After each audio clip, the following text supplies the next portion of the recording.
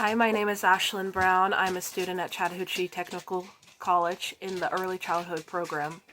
I'm doing this class for my Health, Safety, Nutrition, course number 20893, and for this video I'll be using my textbook, Martha's Health, Safety, Nutrition for the Young Child, 11th edition. Why is it important to be prepared for a disaster? In the textbook, Chapter 8, Section 4, it states, "It is essential that they be prepared to safeguard children's physical and mental well-being if such an event were to occur."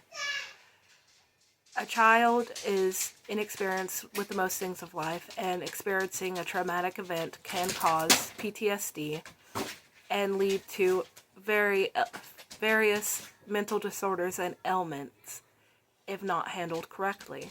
So it is important to have a plan in place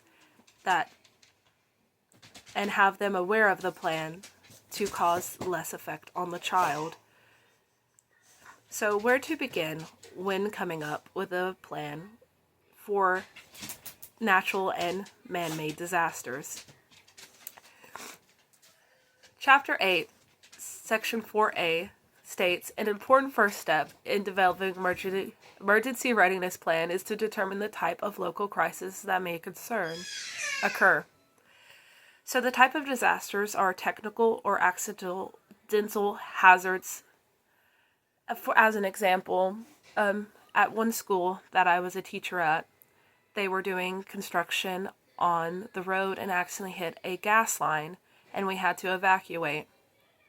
Another one is pandemic illnesses, such as COVID, and then threats against personal safety, such as terroristic threats, and things of that nature, and also natural disasters such as tornadoes and things like that. So it's important to have a plan placed for all of these, and that is what it means to have be prepared for disasters. So what are things to consider when making a plan? You need to find a safe location in case evacuation is necessary. Arrange emergency transports. Make sure that your buses are up to code so you can be ready to leave if it is needed. Planning evacuation. So routes to take if there is a fire or if you need to get out of the school quickly. Communication. How are you going to communicate that there is a disaster that needs to be addressed?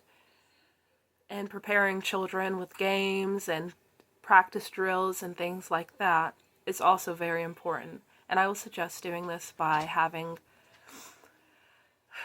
regular drills and making little games so they know what to expect if these things occur, reducing the amount of stress they are given within the minute, and also so that they handle the situation more delicately. If they need to be quiet, they can be quiet. In case of a threat, if they need to move quickly and walk in a line, it is less chaos. This is very important in protecting children.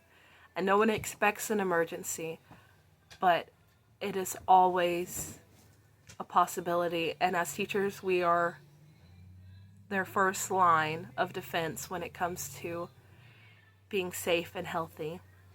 Thank you. Bye.